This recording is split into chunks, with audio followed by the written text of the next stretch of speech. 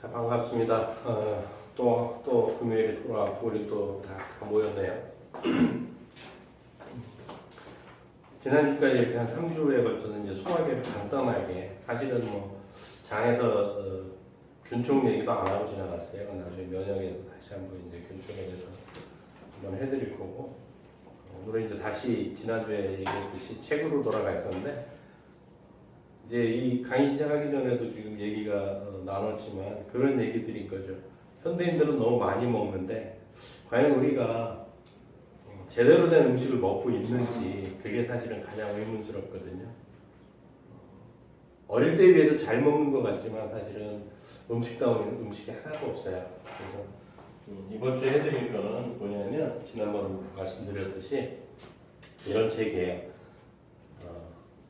소비자에게 용서할 수 없는 마트 신선식품 이런 책인데 우리들은 이제 마트에서 파는 것들이 굉장히 신선할 거라고 생각을 하잖아요. 이제 물론 이제 뭐 전체적으로 다 그렇다는 얘기는 아니고 이 책 같은 경우는 이제 저자가 일본인이에요, 일본인. 그래서 일본의 마트들에서 나온 거고 이 사람은 이제 58년도생이고 대한민국에서 제일 유명한 58년생이네요. 축산대학을 졸업하고 25년째 농장에서 식탁까지 식품의 품질 관리를 했답니다. 그래서 처음에는 식육 가공 기업에 처음 입사해서 햄, 소세지 이런 것들을 만들었고요. 식육 처리장에서 그러니까 식육 먹는 것들에서 소, 돼지, 닭의 고기를 해체하고 선별해가지고 이제 그런 일들을 했던 사람이에요. 그래서 편의점용 조리식품 공장에서 식품의 품질 관리를 도맡아 했던 사람이고요. 그러다 보니까 이제 잘 알겠죠. 이 책 같은 경우는 사실은 어떤 거를 해놨냐면 저자가 지은 거 이쪽에 이제 역자가 해석한 사람이 하나의 챕터가 끝나면 한국의 마트는 해가지고 이제 우리는 마트 현실을 같이 집어넣었어요. 그래서 지금 제가 해드리는 거는 한국의 상황이라는 얘기가 아니에요. 이 저자가 일본 마트에서 실질적으로 있었던 그렇지만 과연 우리나라는 안 이럴 거라는 이제 약간의 퀘스천 마크가 일어나는 것들이 있어요. 대표적인 게 뭐가 있을까요? 마트 그저께인가도 이렇게 들려서 뭐 몇 가지 이제 사느라고 이렇게 보니까 입구에 딱 뭐가 있어요? 고기가 있었어요. 고기가. 근데 어떤 거예요? 양념으로 버무려 놓은 고기. 그래서 두 팩, 원래 한 팩 가격으로 두 팩을 파는 거예요. 왜 그럴까요? 그런 것들 한번 생각을 해봐야 된다는 거예요. 좋게 얘기하면 어떻게 해야 되는 거예요? 유통기한이 얼마 안 남아서 뭐 이렇게 될 수도 있어요. 그런데 대부분 항상 조심해야 될 게 뭐예요? 양념되어 있는 고기는 사실은 상당히 좀 신경을 쓰셔야 돼요. 고기 상태가 어떤지 우리 눈으로 확인이 안 되거든요. 그런 얘기들. 뭐 그런 얘기들이 쭉 돼 있어서 이런 것들이 되게 우리 한번 생각을 해봐야 되는 부분이 아닐까 우리가 먹는 거에서 요즘 현대인들은 어때요? 마트, 대형 마트일 수도 있고 동네 중소형 마트일 수도 있단 말이에요. 근데 왜 요즘 재래시장을 잘 안 가게 되죠? 그냥 왜 잘 안 갈까 한번 생각을 해보셔야 되는데 일단 표준화가 돼 있지 않아요. 며칠 전에도 떡을 이제 그 떡볶이를 한번 해먹을까 하고 떡을 사러 갔었는데 지난주인가 떡 썰어놓은 거를 뭐 이렇게 너무 많은 거예요. 두 식구가 먹기에는 좀 작은 걸 달라고 했더니 냉장고에서 아니 주면서 그러는 거예요. 3,000원입니다 하는 거예요. 현금가로. 그래서 기분 나빠서 안 사갖고 온 거예요. 그럼 현금으로 살 때는 3,000원이고 카드로 살 때는 돈 더 내야 되는 거예요. 같은 제품인데. 그러면은 마트나 대형 할인점 같은 데서도 현금 낼 때 금액 따르고 카드 낼 때 금액 다르냐는 거예요. 그래서 아마 젊은 세대들은 점점 재래시장을 안 가는 가장 큰 이유가 그런 게 아닐까라는 생각을 한번 해봤거든요. 그래서 우리가 현대인들이 가장 많이 이용하는 마트에 대한 건데 여기서 이제 추천사를 쓴 사람의 이제 추천사 내용 중에 누가 썼냐면 여러분들도 굉장히 많이 알고 계시는 과자, 내 알 해치는 달콤한 유혹의 저자 안병수 씨가 이 책은 이제 11년도에 그러니까 한 9년 전에 나온 책이에요. 9년은 채 안 됐는데 안병수 씨가 추천서를 썼는데 이런 추천서 이런 얘기가 있어요. 8페이지인데 쥐가 날뛰고 바퀴벌레가 듭실거리고 초파리가 날아다니는 거.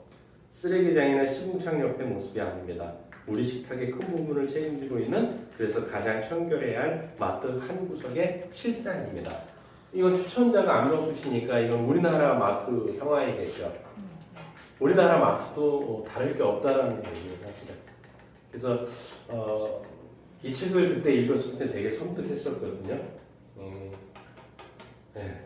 그러니까 이 책에도 나와 있지만 여기 뭐라고 돼 있냐면 저자는 시종일관 식생활 안전에 대한 소비자의 관심을 호소하는 것이지 이런 거를 뭐 이렇게 뭐 폭로하기 위해서 지은 책이 아니다라는 얘기가 나오거든요. 네. 그래서 참 슬픈 얘기들이 되게 많아요. 그래서 이제 챕터 1을 보면 오늘도 마트에서는 세상에 이런 일이 일어난다. 어떤 일인지 이제 좀 볼 거고요. 챕터 2는 뭐냐면 소비자만 모르는 유통기한의 실태를 파헤치다. 그러니까 유통기한이라는 얘기들. 물론 일본의 케이스예요. 챕터 3에는 뭐냐면 조리식품은 팔다 남은 재료를 처리하기 위해 꼭 필요하다. 이런 물음표를 해놓은 거예요. 경우 되게 위험한 얘기들이 일본에서 실제 일어나는 건데 그래서 이제 챕터 4는 달걀에 대해서 한 챕터가 돼 있어요. 진짜 이거 달걀을 우리가 먹어야 되나 말아야 되나. 5번째는 뭐냐면 이제 소비자가 좋은 마트와 나쁜 마트를 구별해서 써야 된다. 이런 얘기들을 해놓은 거거든요. 우리가 이제 여기 나온 책들을 보게 되면 프롤로그 마트의 이면을 고발하다 이렇게 하고 나오는 거예요. 자기 소개가 나와요 처음에. 그래서 25년 동안 식품 공장에서 일했다는 얘기가 나오고요. 이제 여기 뭐라고 18페이지에 보면 대형 마트의 각종 임대매장이에요. 임대매장에서 벌어지는 수상한 재가공, 재활용 등이 얼마나 빈번히 일어나는지를 알면 여러분은 아마 놀라 쓰러질지도 모른다.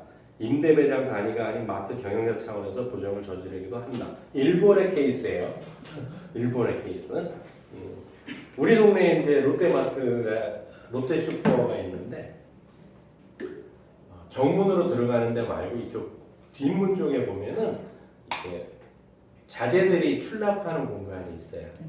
직원들이 글루 물건을 넣었다 뺐다 하고 거기에 이제 대형 트럭들이 와서 글루 물건을 집어넣고 빼고 하는 공간이 있는데 거기 이렇게 한번 지나가다 보면 장난 아니에요. 그 입구에 서서 그냥 담배 펴대고요.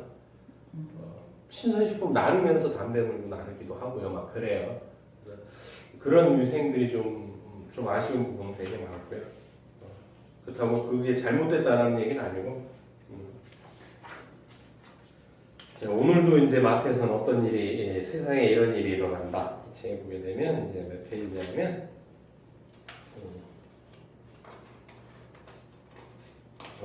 이거 이제 27페이지에 뭐라고 돼 있냐면 제품이 들여온 날짜를 기준으로 유통기한을 정하면 제조입자가 아니에요. 그 마트에 들어오는 날부터가 이제 유통기한이 정해지는 거예요. 그러니까 생산이 한 달 전에 돼도 두 달 전에 돼도 관계없어요. 마트에 들어온 순간부터 유통기한이 정해지는 거예요.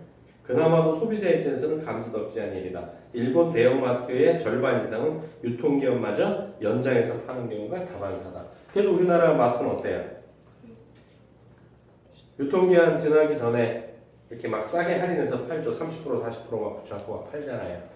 근데 사실은 그게 생산된 날짜인지 입고된 날짜인지는 소비자들이 알 수 없다는 얘기예요. 또 28페이지에 보면 일본의 케이스니까 이게 더더욱 그럴게요. 요즘도 우리나라 마트 같은 데서는 생선을 토막쳐서 팔진 않죠. 대부분 그냥 한 마리 형태로 팔잖아요.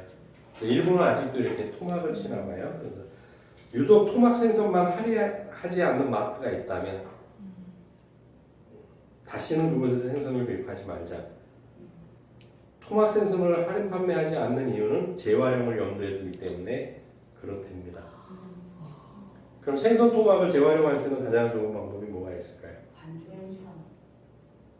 그런 것도 있고 초밥에 얹어버리기도 한대요. 일본 같은 경우는. 그래서 초밥을 싸게 판대요. 막판 끝나갈 때쯤에 초밥 위에다가 얹어가지고 초밥 형태로 파는. 그래서 토막난 생선은 절대 할인하지 않는 마트에서는 생선을 구입하지 말합니다. 주변에서 마트에서 크든 작든 중소형 마트든지 간에 생선 토막 쳐서 팔는 거를 만약에 할인을 안 한다. 그런 마트에서 생선을 구입 안 하시는 것이 가장 현명한 방법이라는 얘기예요. 이 책의 또 33페이지를 보면 어떤 얘기가 되어 있냐면 아침에 잡았다는 꽁치 하지만 아침은 아침인데 어제 아침 또는 어제 이전의 아침일지는 모르는 아침에 잡은 꽁치를 돈 주고 사고 싶은 소비자는 없을 것이다. 이게 실제로 있는 일이라는 얘기잖아요. 그러니까 아침에 잡았는데 아침에도 이제 새벽에 신문을 읽다 보면은 그 동네마다 그런 거 오잖아요. 이게 차들이 와가지고 뭐 부산에서 뭐 막 공수된 그 먹갈치 뭐 특별 세일로 뭐 8마리에 뭐 10,000원에 팝니다. 뭐 막 얘기를 하잖아요. 그게 그러면 비행기는 새벽에 안 뜨죠, 잘. 그러면 그게 어쨌든 새벽에 잡은 거라 칩시다. 배에서 경매를 받아갖고 비행기를 태워갖고 수산 시중에 들어와서 그 사람이 포터에 싣고 우리 동네까지 와서 하는데 7시가 채 안 돼요. 과연 오늘 아침에 잡은 생선일까 한번 우리 다 한번 생각을 해봐야 된다는 얘기예요. 생각을 못했네. 이 사람은 여기서 일을 했던 사람이니까. 그래서 이제 여기에 보면은 이제 코리아, 한국은 우리나라는 자연 상태 농산물 역시 대한 유통기한 설정 기준은 별도로 정하고 있지 않대요. 과일, 채소 등의 농산물은 유통기한 대신 포장일을 표기하는 거래요. 유통기한이 아니고 포장한 날짜가 찍힌 거래요. 그러니까 우리나라 법으로도 그렇다니까 그런 걸 알고 앞으로도 이제 과일을 사실 때나 그런 거를 좀 참고를 하시는 게 우리 가족에게 좋은 먹거리를 제공하는 길이 아닌가라는 생각을 한번 해보고요. 이제 여기는 사건 공삼 해갖고 마트는 바퀴벌레야 쥐에게 최고의 서식지 이렇게 돼 있고요. 이거 일본 케이스예요. 한국 케이스 아니에요. 네. 37페이지에 보면 대부분의 소비자는 마트에는 바퀴벌레나 쥐가 서식할 리가 없다고 생각한다. 그러게요. 근데 그럴 리가 있어요. 먹고 사는 데는 있어. 뭐 바퀴벌레는 있을 수 있어도 쥐새끼는 하지만 마트는 쥐와 바퀴벌레에게 최고의 서식 환경이다. 어느 마트든 고객의 눈이 안 닿는 곳에는 쥐와 바퀴벌레의 한판 전쟁이 벌어진다. 그래서 대부분의 마트가 쥐와 바퀴벌레를 박멸하기 위해 전문 방역업체를 고용하는 것이다. 맞아, 세스코몰. 네. 일반 우리가 가는 식당들 있잖아요. 네. 옛날에 아는 분이 그런 그 식자재 납품을 하는 일 때문에 우리 이제 거기서 이제 남은 식자재를 갖다가 한강공원 가서도 그거 먹긴 했었는데 새벽에 이게 그 자재를 납품하러 식당에 가면 이렇게 걷다 보면 뭐가 바스삭바스삭 그런데 보면 바퀴벌레 밟혀가지고 실질적으로 식당에서 그렇다고 얘기를 들었었거든요. 마트도 그렇답니다. 음식이 있는데 없겠어요?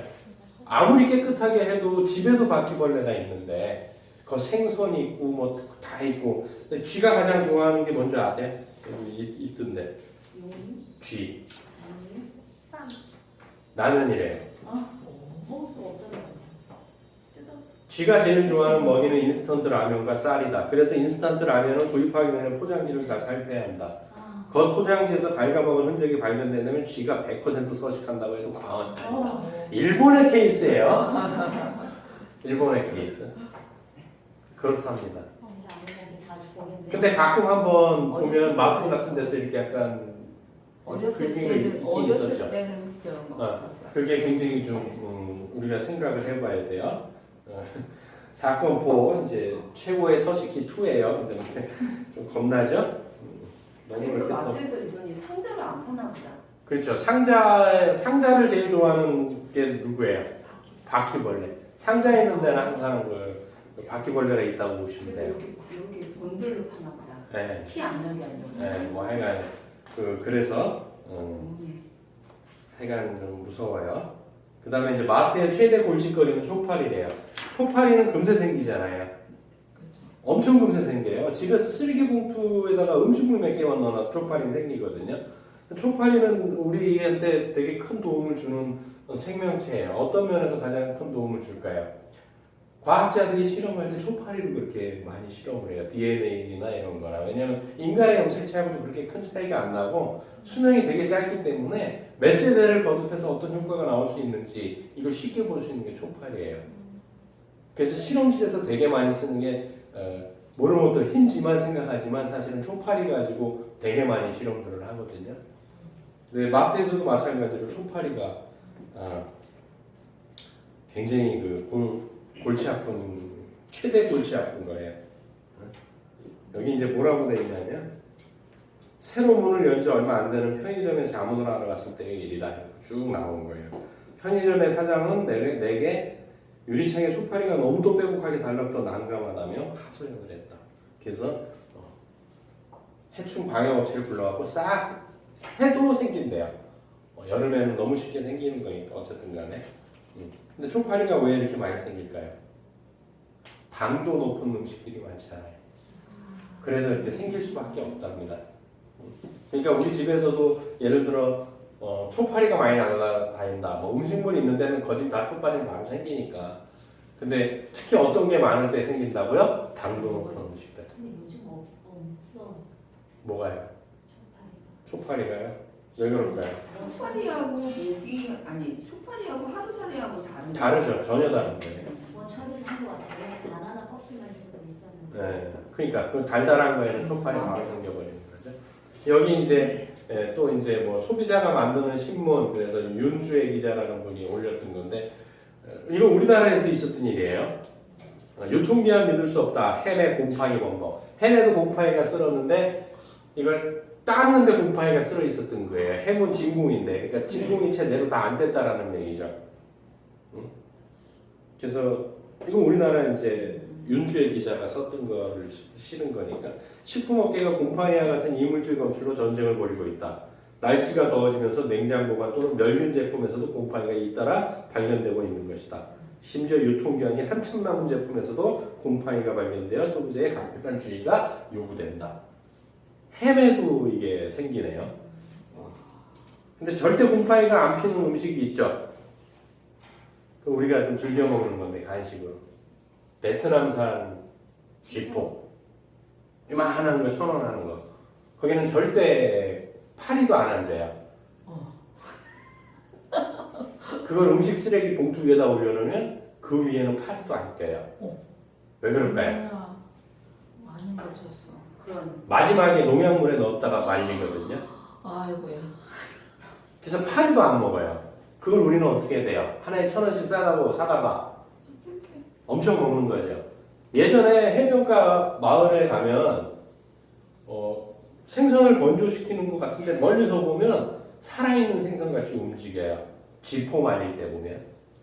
근데 가까이 가면 다 파리예요. 파리가 다 들러붙어 이렇게 만들었거든요. 근데 이놈의 베트남산 쭉 마트나 롯데마트도 가면 이만한 것이 팔잖아요. 베트남산 해가지고 그냥 뭐 편의점에서도 팔고 하는 그거 거기는 파리도 잘 안 앉아요. 또 파리가 안 하는 음식이 또 하나 있죠. 우리 미스 때 해장으로 무지하게 먹었던 샌드위치 만들 때 바르던 마가린 거기도 파리도 안 앉죠. 곰팡이도 안 생기죠. 네. 그런 것들이 우리 주변에 되게 많단 말이에요. 어릴 때 어떻게 했어요? 마가린에다가 따뜻한 밥에다 한 숟가락 떠놓고 간장 넣고 계란 하나 깨서 맛있다고 비벼 먹었죠. 그런 것들을 먹으면서 우리들이 어떻게 된 거예요? 병이 생기기 시작하는 거죠. 근데 마트 우리는 굉장히 신선하다고 생각을 하지만 그렇지가 않은가 봐요. 사건 07에서 마트의 주방 쓰레기통은 판도라의 상자 이렇게 돼 있어요. 판도라의 상자라고. 어떤 걸까요?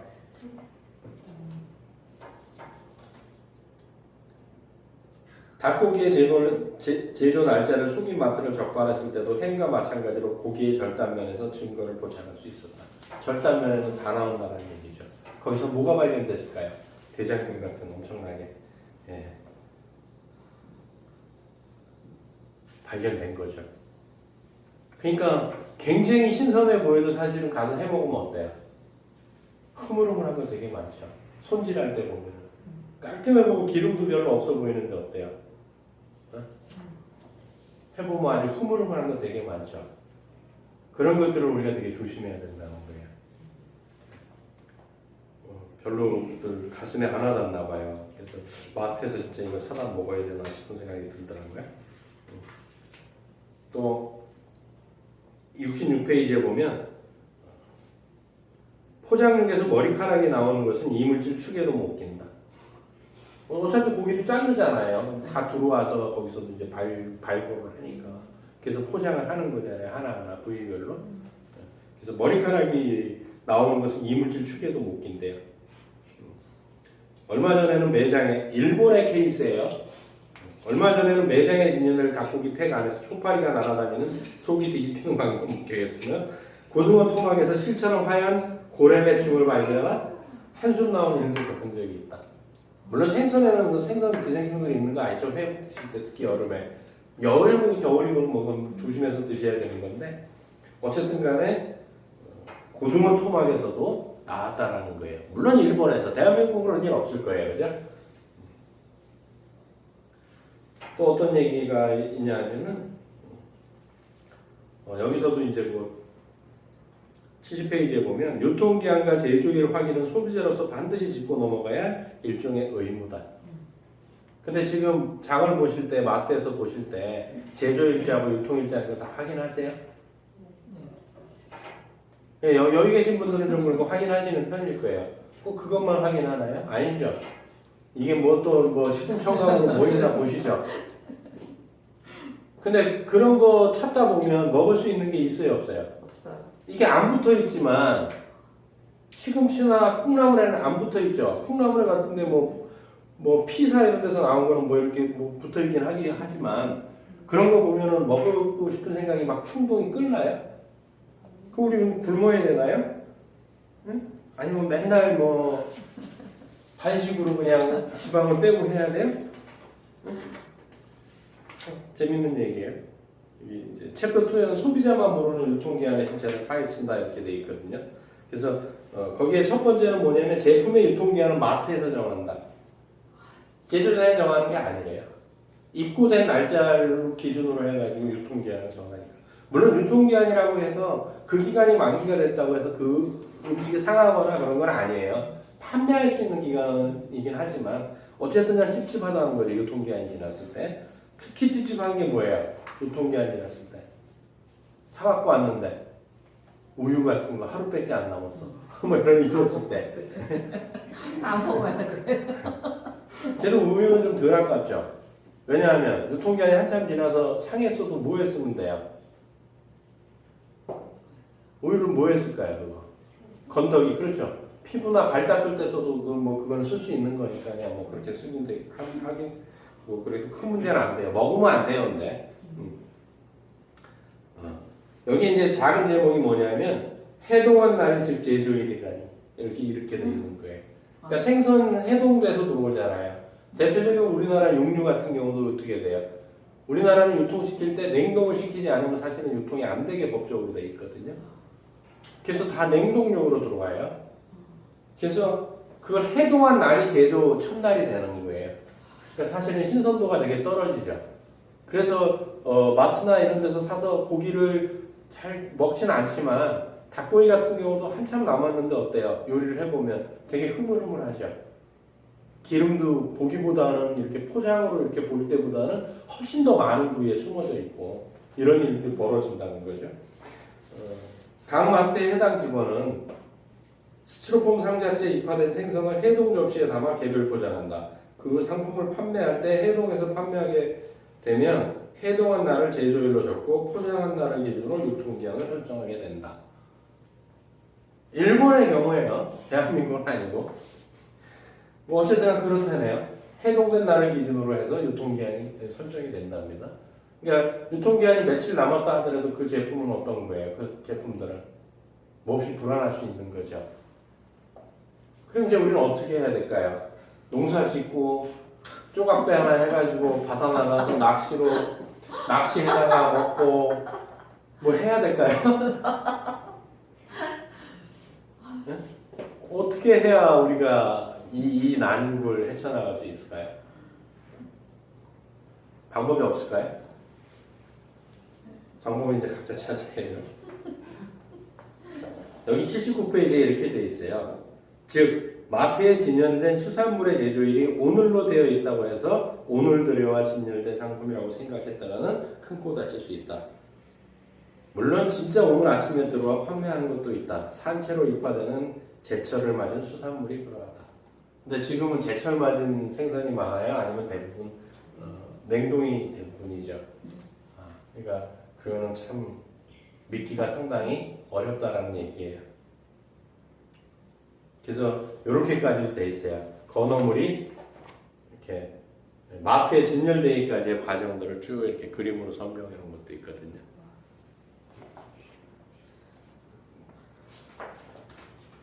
하여간 난감해요. 이거를 또 어젯밤에 이렇게 살펴보면서 아씨 마트 가지 말아야 되나 뭐 이런 생각도 해봤는데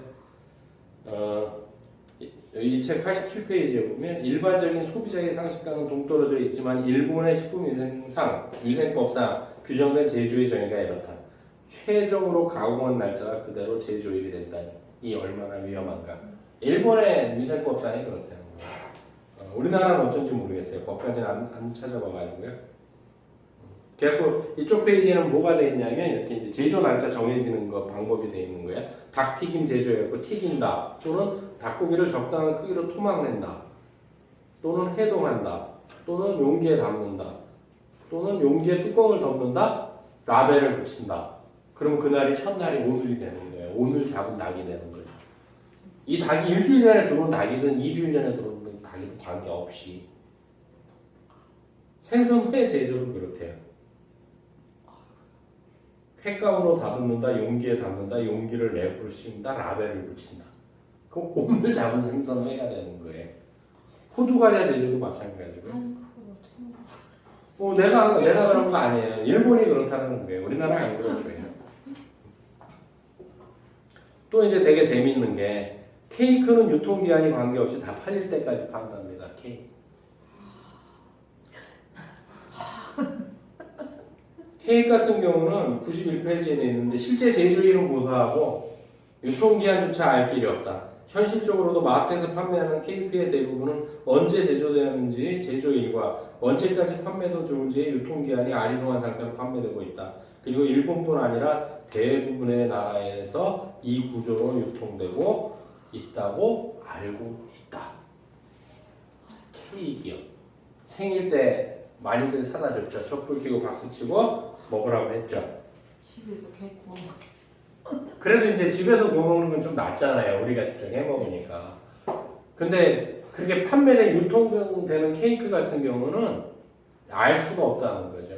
그 밀가루가 언제 수입된 건지 알 수도 없는 거고 그 계란이 어떻게 생산된 건지도 알 수도 없는 거고 전부 그런 식으로 해서 판매가 된다는 거죠.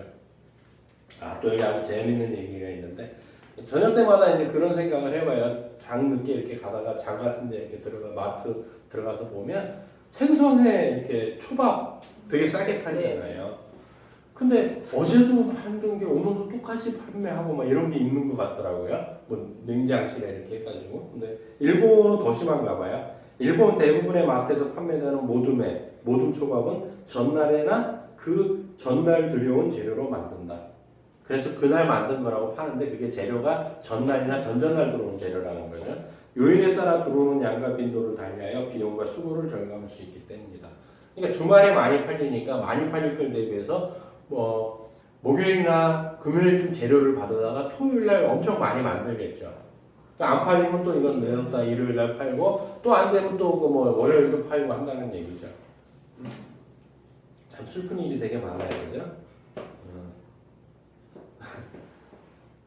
조명도 한몫한대요. 생선의 맛에 영향을 끼치는 것은 조명도 한몫한다. 생선에는 밝은 불빛 아래에 있으면 색이 변하고 표면이 말라 신선도와 맛이 급격히 떨어진대요. 근데 조명이 좋으니까 우리가 그런 거 어디서 많이 속아요? 백화점에서 옷 색상을 봤을 때 너무 예쁜데 집에 와서 우리 집에서 입어보면 왜 그게 안 나올까, 그죠? 그런 거하고 똑같다는 게 음식도.